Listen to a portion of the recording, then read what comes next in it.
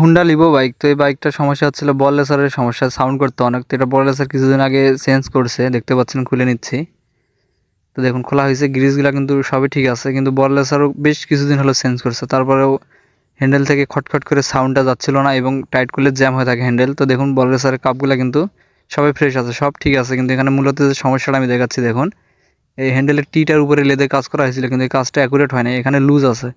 আমি দেখাচ্ছি দেখুন, উপরের যে রেসারটা আছে সেই রেসার কিন্তু লুজ গসতিছে। এখানে যখন লুজ থাকবে তখন কিন্তু হ্যান্ডেল থেকে যে সাউন্ডটা আসে, সাউন্ডটা কখনোই যাবে না এবং বলে টাইট করলে হ্যান্ডেল জ্যাম হয়ে যাবে। তো এটা মূলত সমস্যাটা উপরের টিটা থেকে। তো টিটাতে আমরা মাল ধরাই, এখন লেদে কাজ করে দিচ্ছি, তারপর আপনাদেরকে দেখাবো।